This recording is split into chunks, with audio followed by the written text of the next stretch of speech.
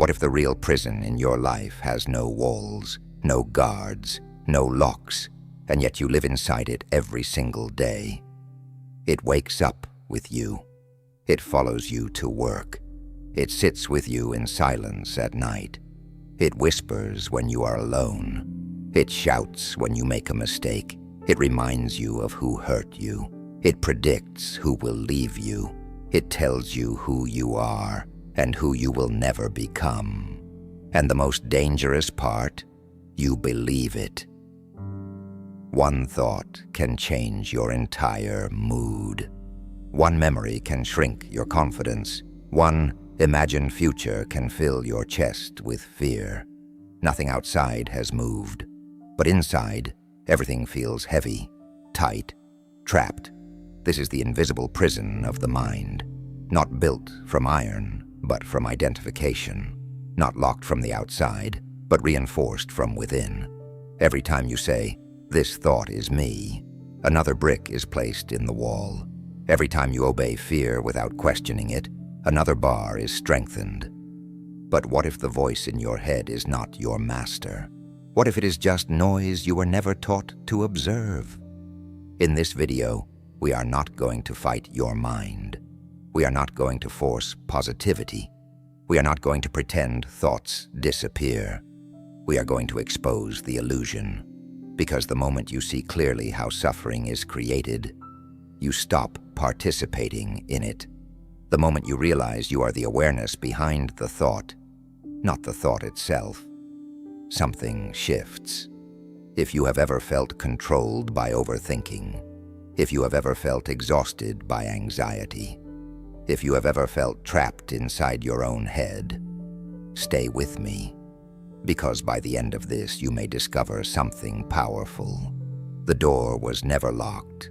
You were just never told you could walk out. Thoughts are movements, not the self. A thought appears, that is all. It comes into the mind the same way a sound enters your ears or a smell passes through the air. It shows up, stays for a moment, and then changes into something else. But almost instantly, the mind grabs it and says, "This is me. This is what I truly think. This is who I am." And that is where the confusion begins. Think about it carefully. If you sit quietly for just 1 minute, you will notice how many different thoughts pass through you. One moment you feel confident.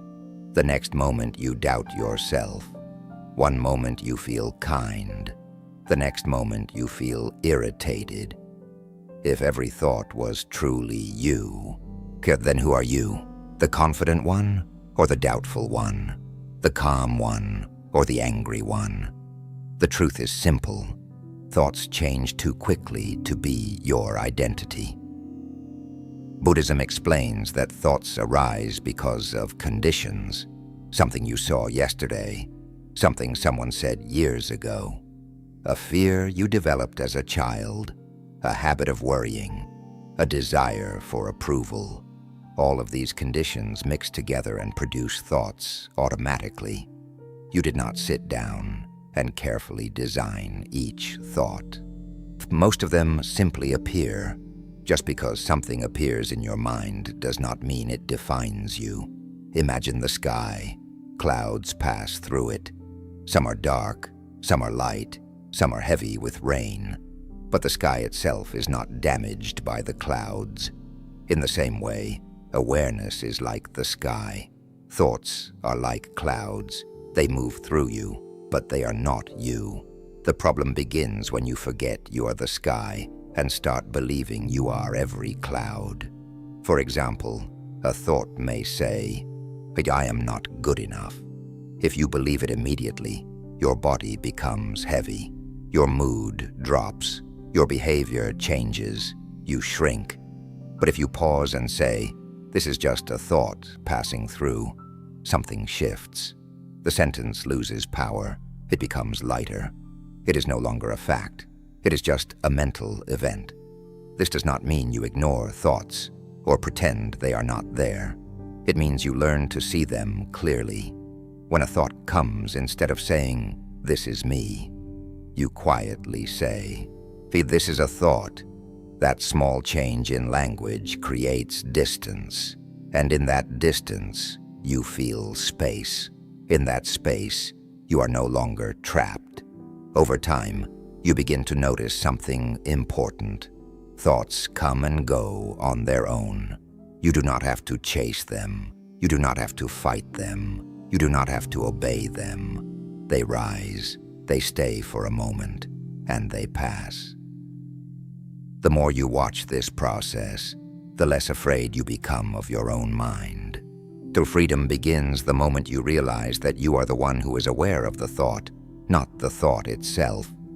And when you stop merging with every mental sentence, the prison starts to weaken. Not because thoughts disappear, but because you are no longer living inside every one of them. The story hurts more than the situation. Something difficult happens. Someone speaks harshly to you. You lose an opportunity. A plan fails. A relationship shifts. In that moment, there is a direct experience. A feeling in the chest, a tightness in the stomach, a wave of disappointment.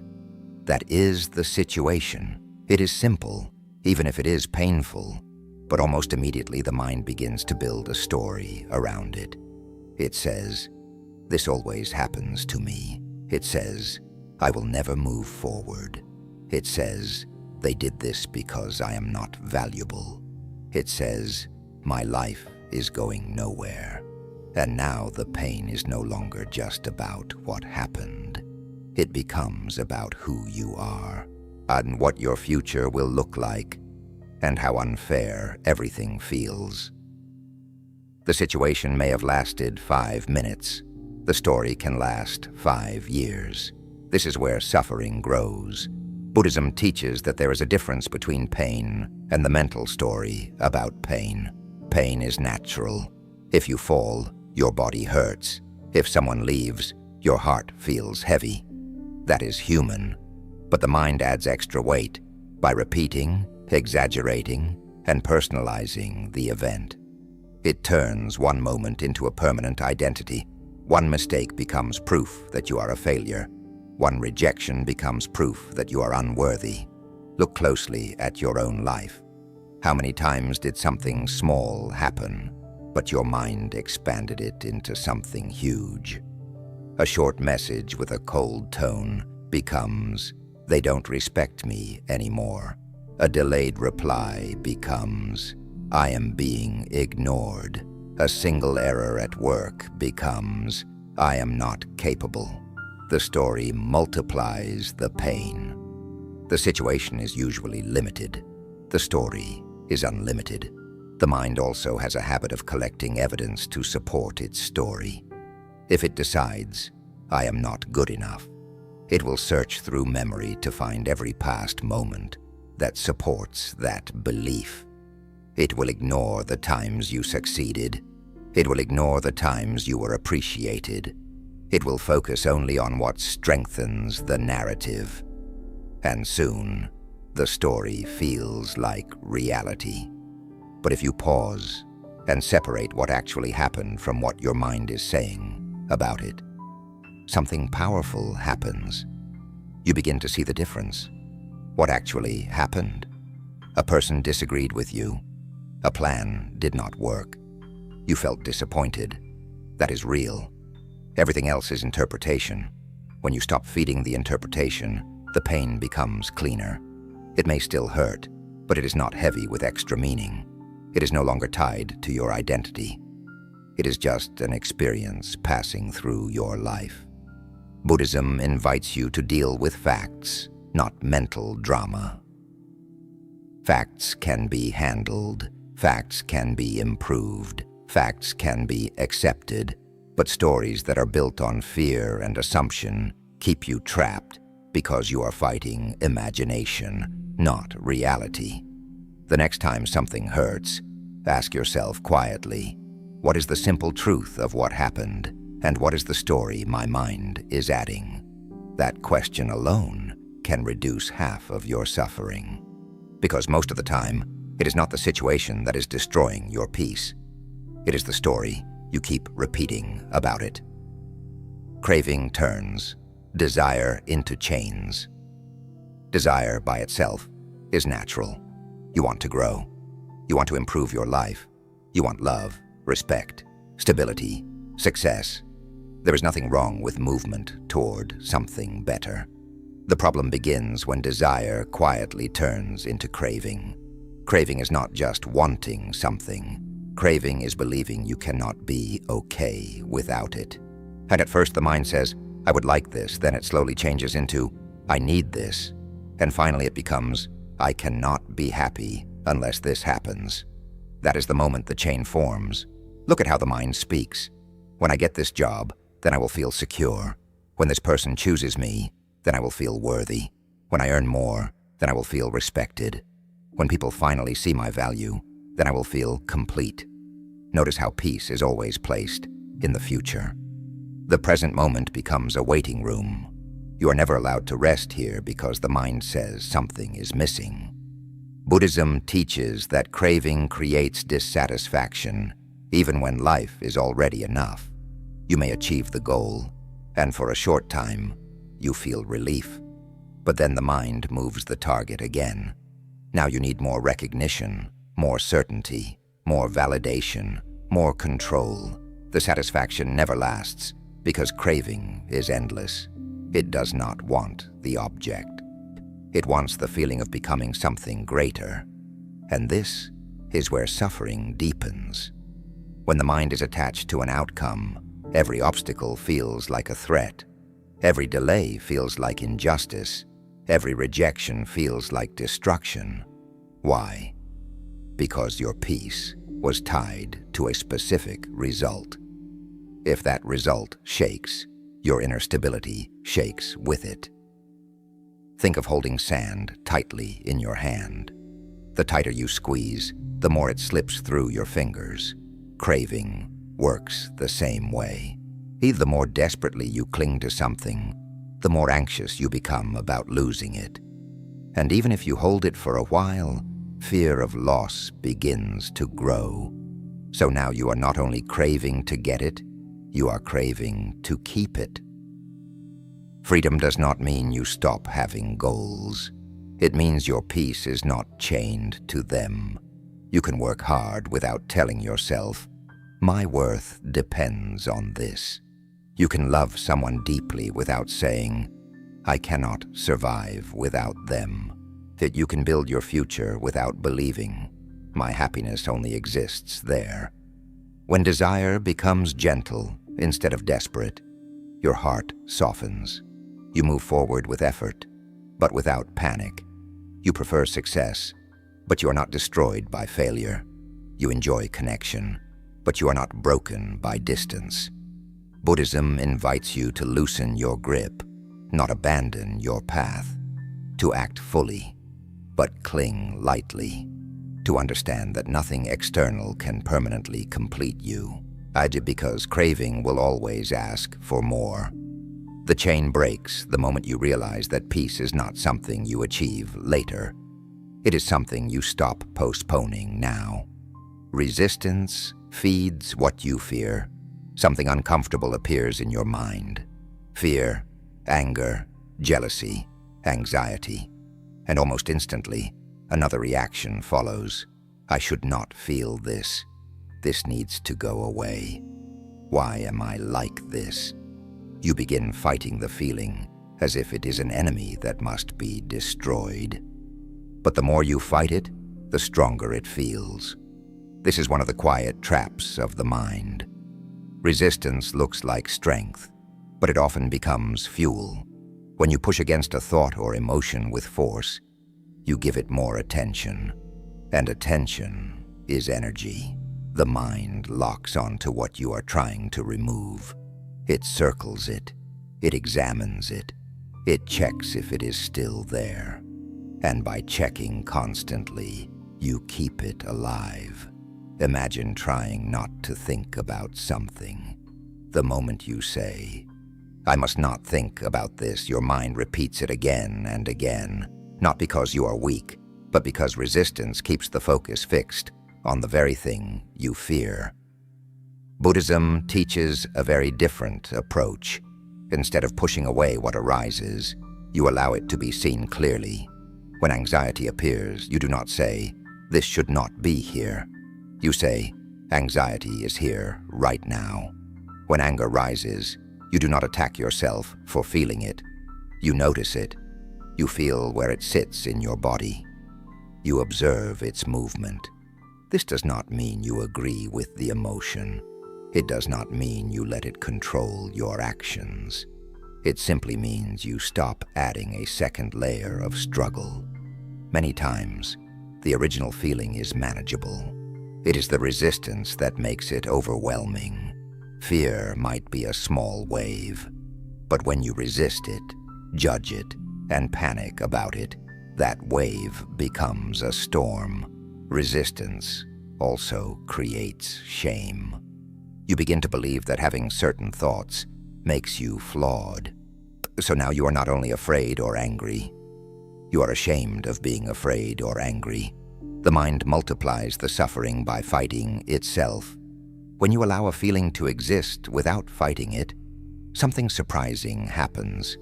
It moves. Emotions are not solid objects. They are processes. They rise, peak, and fall. But when you resist, you interrupt the natural flow. You hold the emotion in place by arguing with it. Think about holding your breath. The more you try to hold it, the more uncomfortable it becomes. But when you allow breathing to happen naturally, tension releases. In the same way, when you allow emotions to pass without force, they lose intensity faster. This is not weakness. It is awareness. It takes courage to sit with discomfort without trying to escape immediately. It takes strength to say, "I can feel this," without running from it. Over time, you begin to trust yourself. You realize that no emotion can permanently damage you if you allow it to move through. Fear comes and goes. Anger comes and goes. Sadness comes and goes. What remains constant is the awareness that observes them. The prison weakens when you stop wrestling with your own mind. You do not need to win against your thoughts. You need to stop feeding them through resistance. Sometimes the most powerful action is not pushing away. It is allowing, watching, and letting the wave pass on its own. The need for certainty creates anxiety. The mind wants to know. It wants guarantees. It wants clear answers about the future before the future arrives. Will this work? Will I succeed? Will they stay? Will I be safe? The mind believes that if it can predict everything, it can protect you from pain. But life does not move according to certainty. It moves according to change. This is where anxiety begins. Not simply because something is unknown, but because the mind refuses to accept that it is unknown. It keeps searching for reassurance. It keeps replaying scenarios. It keeps asking the same questions again and again, hoping that one more round of thinking will finally produce peace. But peace does not come from certainty. It comes from stability within uncertainty. Look at how the mind behaves when it does not know something. If a message is not answered, it imagines the worst. If a result is delayed, it assumes failure. If a plan is unclear, it predicts disaster. The mind fills empty space with fear, not because danger is real, but because uncertainty feels uncomfortable. Buddhism teaches that this discomfort is natural, but the demand for absolute certainty is unrealistic. Everything in life changes. People change. Circumstances shift. Plans collapse. Opportunities appear unexpectedly. Trying to secure a permanent guarantee in a changing world is like trying to freeze a river so it never flows again. The more you demand certainty, the more fragile you feel, because certainty is rarely available. So the mind stays tense.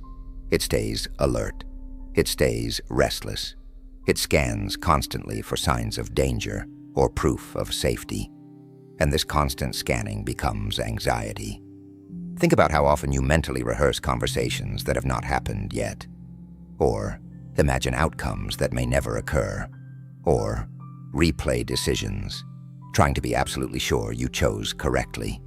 This endless checking does not bring clarity. It brings exhaustion. The mind believes that worry equals preparation, but worry is often just repetition without action. It circles around what might happen instead of responding to what is happening now. Buddhism does not promise that the future will be predictable. It teaches you to build inner steadiness instead. To say, I may not know how this will unfold, but I trust my ability to respond when it does. That shift is powerful. Instead of trying to control the future, you strengthen your presence in the present. When you release the demand to know everything in advance, your body relaxes, your breathing softens, your mind becomes less aggressive. You begin to understand that uncertainty is not a threat. It is simply part of being alive. Every important part of life contains uncertainty. Love contains uncertainty. Growth contains uncertainty. Change contains uncertainty. Yet trying to remove uncertainty from life would mean removing life itself. Freedom grows when you accept that not knowing is not weakness. It is reality. The prison tightens when you tell yourself, I must be certain before I can feel calm. The prison loosens when you say, I can remain calm even when I am not certain. That is where anxiety begins to lose its grip. Emotion is weather, not truth. When a strong emotion rises inside you, it feels solid. It feels final. If sadness appears, your whole world looks dark. If anger appears, everything feels unfair. If fear appears, the future suddenly looks dangerous. In that moment, the emotion does not feel like a passing state. It feels like truth. But emotion is not truth. It is weather. Think about the sky. Some days it is clear. Some days it is cloudy. Some days there is thunder and heavy rain. The sky does not become the storm. The storm passes through it. In the same way, awareness is like the sky, and emotions are like weather patterns moving across it. The problem begins when you mistake the storm for the entire sky. For example, you wake up feeling low. Immediately the mind says, my life is not going well. Nothing is working. I am behind. But what actually happened? A wave of sadness moved through your system. The body feels heavy. Energy feels low. That is the weather of the moment. Yet the mind turns it into a conclusion about your whole life. For the emotions are powerful because they change perception. When you're anxious, neutral situations look threatening. When you're angry, small mistakes look intentional. When you're insecure, silence feels like rejection. The emotion colors everything you see. And because the feeling is intense, you assume the conclusion must be accurate. But intensity does not equal accuracy. Notice how quickly emotions shift. A kind word can soften sadness. A good conversation can dissolve anger. A small success can reduce doubt. If emotions were permanent truths, they would not change so easily. The fact that they move shows that they are temporary states, not fixed realities. Buddhism teaches you to sit with emotion without building identity around it. Instead of saying, I am an anxious person, you begin to say, anxiety is present right now. Instead of saying, I am a failure, you say, disappointment is here in this moment. That small shift changes everything. While you stop turning passing weather into permanent labels, emotions also come from many causes: lack of sleep, stress, old memories, hormones, expectations, past experiences. They rise from conditions, not from a permanent flaw inside you. When you understand this, you stop attacking yourself for feeling what you feel. This does not mean ignoring emotions. It means feeling them fully without turning them into lifelong conclusions. You allow sadness to be felt in the body. You allow anger to be noticed. You allow fear to move through you, but you do not let them define who you are or predict your future. Over time, you develop trust. You realize that no emotion stays forever. The storm may feel strong, but it cannot remain in the sky permanently. Something always shifts. Something always changes. The prison weakens the moment you stop saying, "This feeling is the truth about my life," and you begin saying, "This feeling is passing through me, just like weather. And I am still here, unchanged beneath it." The ego defends an image that is not solid. Most of your inner tension does not come from what is happening. It comes from protecting an image of who you think you are, who you want to be seen as, who you are afraid of not being. The mind quietly builds this image over years. I am strong. I am intelligent. I am kind. I am successful. I am respected. There is nothing wrong with these qualities. The problem begins when they turn into something you must constantly defend. The ego is not evil. It is simply the part of the mind that wants to maintain a stable identity. It wants to feel important. It wants to feel secure. It wants to feel superior, or at least equal. And when anything threatens that image, the ego reacts immediately. If someone criticizes you, the body tightens. If someone disagrees, you feel attacked. If you make a mistake, shame rises quickly. Why? Because the image feels damaged. The mind says, "This should not be happening. I am not someone who fails. I am not someone who is wrong. I am not someone who is overlooked." But look carefully. The image you are defending is not fixed. It changes depending on where you are and who you are with. Around some people you feel confident. Around others you feel small. At work, you may feel capable. In a new environment, you may feel uncertain. If the image were solid and permanent, it would not shift so easily. Buddhism teaches that what you call self is a collection of memories, habits, beliefs, and roles. It is constantly updating. It is not a solid object, yet the ego treats it as something fragile that must be protected at all costs. This protection creates suffering. You argue not because truth matters, but because being right matters. You stay silent, not because silence is wise, but because you fear looking foolish. Then you avoid trying new things because failure would hurt your identity. You hold grudges because forgiveness feels like weakness. All of this is the ego defending a picture. Imagine carrying a glass statue everywhere you go, terrified that someone might crack it. You would always be tense, always careful, always alert. That is what it feels like to defend a rigid self-image. Life becomes a threat instead of a teacher. When you begin to see that the image is not solid, something softens. That you can be wrong without collapsing. You can apologize without shrinking. You can change your mind without feeling unstable. You can grow without feeling like you are losing yourself. Humility becomes strength, not weakness, because you are no longer trying to protect a fixed character. You are allowing yourself to evolve.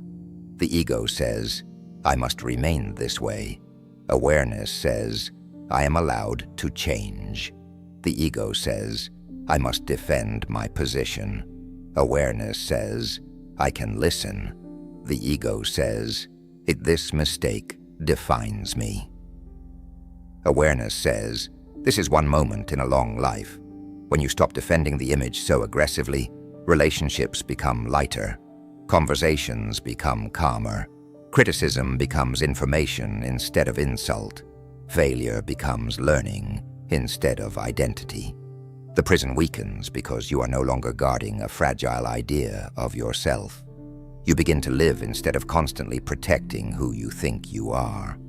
And in that freedom, though you discover something quiet and powerful, you do not need to defend what is not solid. You only need to remain aware as it changes. Comparison distorts reality. The mind has a habit of measuring everything.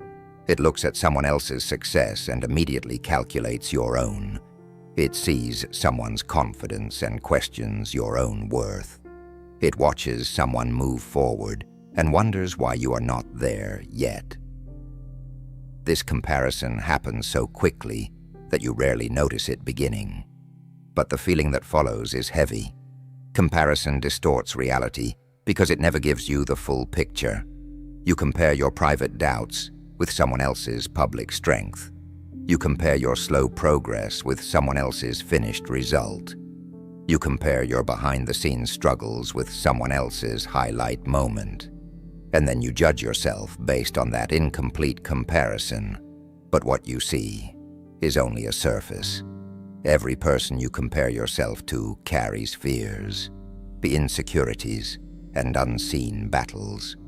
You are comparing your inside to their outside. That is not balance. That is distortion. Buddhism teaches that suffering increases when the mind constantly measures self against others.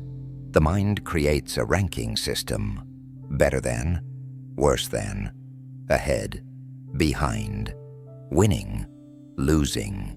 And once you enter that mental ranking, peace disappears.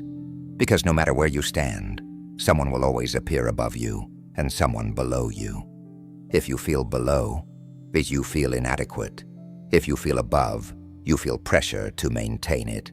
Either way, the mind is restless. Comparison also removes gratitude.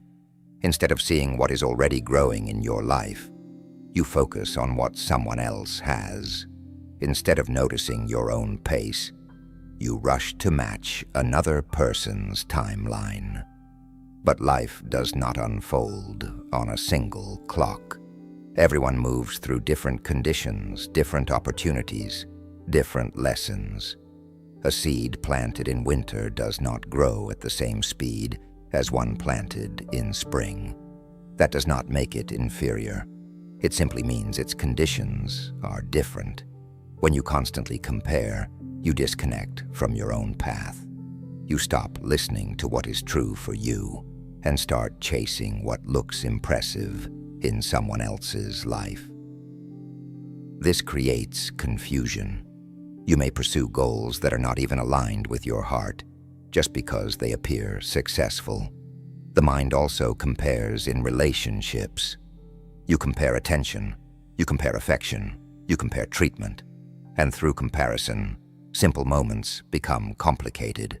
You begin to interpret actions through insecurity instead of clarity. Buddhism encourages direct experience, to see your own growth without measuring it against another, to focus on what is unfolding in your life right now. When attention returns to your own steps, your own breath, your own effort, the noise of comparison weakens. Now, this does not mean you stop learning from others. You can be inspired without competing. You can admire without diminishing yourself. You can celebrate someone's success without turning it into your failure. The prison forms when comparison becomes identity. When you decide, I am less because they are more, or I am valuable only if I surpass them.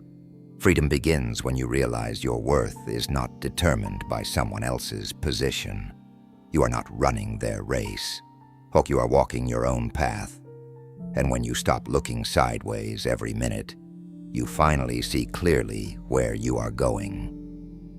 Unfinished past moments keep repeating. Have you noticed how certain memories return again and again, even when you try to move forward? a conversation you wish you handled differently, a mistake that still makes your chest tighten, a moment of embarrassment, a decision that changed everything. The mind replays it as if it is still happening. It adjusts the words. It imagines better responses. It creates alternative endings. It feels as if the past is not finished. The reason these moments repeat is not because you enjoy suffering. It is because the mind wants closure. It wants to fix what cannot be fixed. It wants to rewrite what is already written. Somewhere inside, there is resistance to what happened, and that resistance keeps the memory alive. The mind believes that if it replays the moment enough times, it will finally feel complete. But repetition does not create peace. It creates deeper grooves. Think of it like walking the same path in the grass again and again. The more you walk it, the clearer it becomes. The mind does the same with memory. Every replay strengthens the emotional reaction. Every mental rehearsal makes the past feel closer. Often what hurts most is not the event itself, but what it means about you. If you failed, the mind says, "I am not capable." If someone rejected you, the mind says, "I am not worthy." If you hurt someone, the mind says, "I am a bad person." The memory becomes tied to identity, and identity feels personal and heavy. Buddhism teaches that clinging to the past creates suffering because the past no longer exists outside of thought. What remains is a mental image and a feeling attached to it, yet the body reacts as if the event is happening again. Your heart races, your stomach tightens, shame rises, all from something that is no longer present. The mind keeps reopening the door because it refuses to accept that the moment is over. Acceptance does not mean saying what happened was good. It means recognizing that it is finished. You cannot step back into that exact moment. You cannot become the person you were then. You cannot change the conditions that existed at that time. You acted with the awareness, maturity, and understanding you had in that moment. Today, you may see things more clearly, but that clarity belongs to who you are now, not who you were then. When you stop fighting the past and start understanding it, something shifts. The memory may still exist, but it loses sharpness. It becomes information instead of identity. It becomes a lesson instead of a wound. The repetition slows down when you stop trying to repair what cannot be repaired, and instead focus on how you choose to live now. The prison grows when the mind keeps dragging you backward. The prison weakens when you gently say, "That moment is complete, and I am allowed to move forward." Attention is the architect of your experience. Where your attention goes, your inner world follows. Two people can live in the same environment, face the same circumstances, and yet experience completely different realities. The difference is not always the situation. It is where their attention rests. Attention is not just passive seeing. It is active shaping. It selects what becomes important, what becomes loud, what becomes meaningful. If your attention constantly searches for what is wrong, you will always find something. If it scans for disrespect, you will notice every small sign that confirms it. If it looks for danger, you will interpret neutral events as threats. Attention works like a spotlight in a dark room. Whatever it shines on appears large and dominant. Everything else fades into the background. The mind has habits. Some people are trained to focus on problems. Some are trained to focus on comparison. Some are trained to focus on validation. These patterns often begin early in life and continue automatically. Without realizing it, you may spend years directing attention toward what weakens you. Buddhism treats attention as one of the most powerful forces in your life, not because it controls the outside world, but because it shapes your internal experience of that world. If attention is scattered, your mind feels chaotic. If attention is constantly jumping between past and future, your heart feels restless. If attention is anchored in the present moment, the mind begins to settle. Notice how attention behaves during anxiety. It zooms in on worst-case scenarios. It imagines future disasters. It rehearses conversations that have not happened. And because attention keeps feeding those images, the body reacts as if they are real. The heart beats faster. Muscles tighten. And breathing becomes shallow, all because attention has turned imagination into a lived experience. Now imagine shifting that same attention toward something simple and real. Your breathing, the sound in the room, the feeling of your feet on the ground. Nothing dramatic changes outside. But inside, the storm begins to slow. Why? Because attention is no longer feeding the story. Attention is like water. Wherever it flows, growth happens. If it flows toward resentment, resentment grows. If it flows toward gratitude, gratitude grows. If it flows toward fear, fear strengthens. If it flows toward presence, calmness deepens. Many people believe they are trapped by their thoughts, but often they are trapped by where their attention keeps returning. The mind may produce hundreds of thoughts, but you choose which ones to follow. You choose which ones to give energy to. This does not mean forcing positivity or pretending problems do not exist. It means becoming aware of what you are repeatedly focusing on.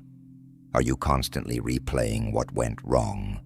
Are you constantly scanning for approval? Are you constantly comparing yourself? When you begin to guide attention intentionally, your experience changes. You become less reactive. You become less pulled by every mental noise.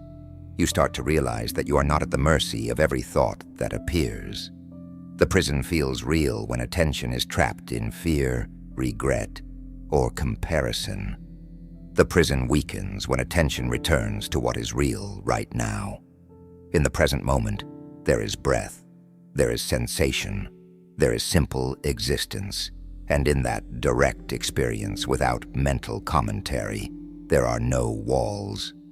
Attention is the architect of your inner world, and when you learn to guide it wisely, you begin rebuilding your experience from the inside out. Impermanence undermines every fear. One of the deepest reasons fear feels so powerful is because the mind treats every difficult moment as permanent. When sadness comes, it feels like it will never leave.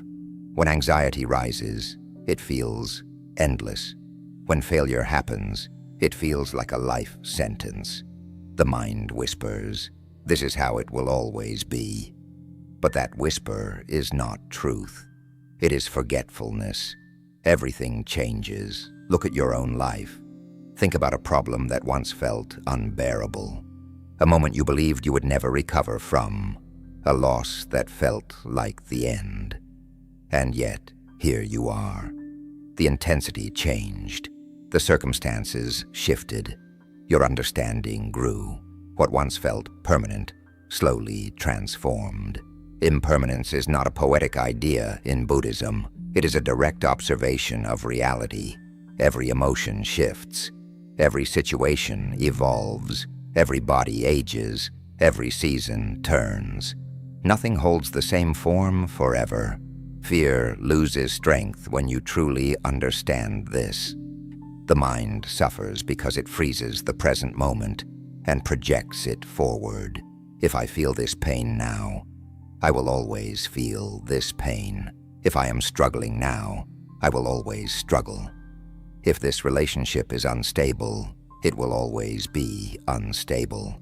The mind creates a straight line from now into forever. But life does not move in straight lines. It moves in waves. Even intense emotions follow a pattern. They rise, they peak, and they fall. But when you panic and resist them, you stop noticing the natural decline. You become convinced that the feeling is permanent because you are constantly thinking about it. Impermanence does not mean nothing matters. It means nothing is fixed. This truth softens fear because fear depends on the idea of permanence. Fear says, this pain will stay. Impermanence says, watch closely, it will move. Fear says, this mistake defines you. Impermanence says, you are not the same person you were, even yesterday. Think about how many versions of yourself have already existed. The child you were, the teenager, the person you were 5 years ago. Even your beliefs have changed. Your priorities have shifted. Your understanding has deepened. If your identity itself is changing, how can any current struggle define your entire existence? When you deeply accept impermanence, you stop clinging so tightly to both pleasure and pain. You enjoy good moments without demanding they last forever. You endure difficult moments without believing they will. This creates balance. If you are in a hard season, you no longer collapse. You remind yourself, this too is moving. If you are in a beautiful season, you appreciate it fully instead of fearing its end. You understand that change is not your enemy. It is the nature of life itself. The prison of fear depends on the belief that what hurts now will never change. But when you see clearly that everything shifts, fear begins to loosen. Not because life becomes predictable, but because you understand that no storm, no emotion, no failure, no confusion can remain exactly as it is forever. And that understanding gives you quiet strength to endure, to breathe, and to trust the movement of life itself. Lesson 12. Freedom lives in the pause. Every reaction in your life begins with a moment so small you almost never notice it. A thought appears, an emotion rises, an impulse forms, and almost instantly you act, you speak, you assume, you defend, you withdraw. The entire chain feels automatic, as if you had no choice. But there is something hidden in that sequence. Between the thought and the action, there is a pause. It may be only a second. It may be shorter than a breath. But it exists, and inside that pause lives your freedom. Most people live as if every thought is a command. If the mind says, respond now, they respond. If the mind says, prove yourself, they prove. If the mind says, attack, they attack. The reaction feels natural because it is familiar. It has been practiced for years. But automatic reaction is not the same as conscious choice. Buddhism teaches that awareness creates space, and in space, there is possibility. When you begin to notice your thoughts as they arise, you do not have to obey them immediately. You can let the impulse be there without acting on it. Imagine someone says something that irritates you. The body tightens. Anger sparks. The mind prepares a sharp response.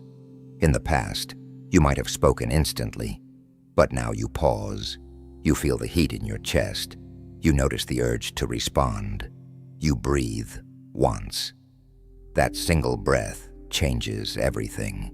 The anger may still be present, but you are no longer controlled by it. You choose your words instead of being pushed by impulse.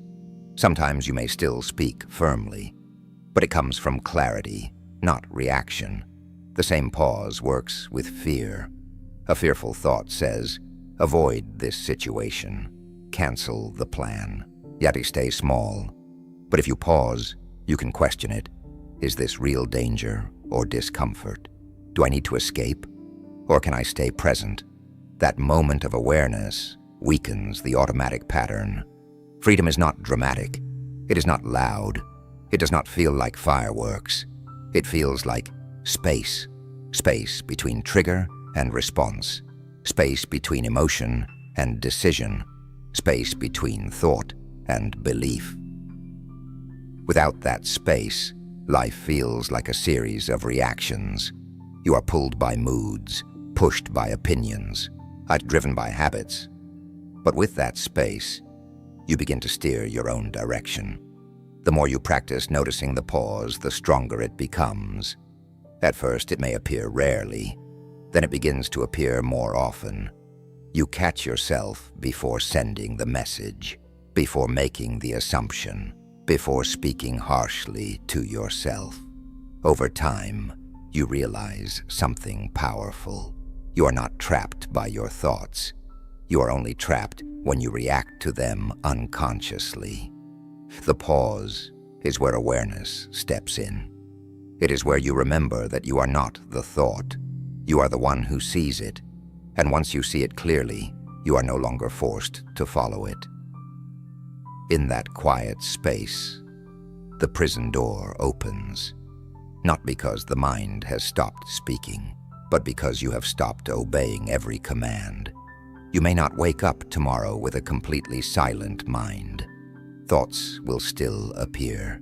Emotions will still rise. The world will still move in unpredictable ways. Buddhism does not promise a life without mental noise. It offers something far more powerful. It offers freedom within the noise. The prison was never made of thoughts themselves. It was made of identification, resistance, craving, comparison, fear of uncertainty, attachment to image, and unconscious reaction. Brick by brick, the mind built walls out of misunderstanding, and brick by brick, awareness begins to remove them. You are not broken because your mind is active. You are not weak because you feel fear. You are not flawed because old memories return. These are human experiences. What changes everything is how you relate to them. When you see thoughts as movements, they lose authority. When you separate pain from story, suffering softens. When you loosen craving, peace becomes possible. When you allow emotions to pass, they stop ruling you. When you stop defending an image, you start growing. When you guide your attention, your world reshapes. When you remember impermanence, fear weakens. When you pause before reacting, freedom appears. This path is not about becoming someone new. It is about seeing clearly who you already are beneath the noise. You are the awareness that notices. You are the stillness behind the storm. You are not the prison. And the moment you truly understand that, even for a second, something shifts inside you. The door does not need to be broken down. It simply needs to be seen. And once you see it, you realize it was never locked.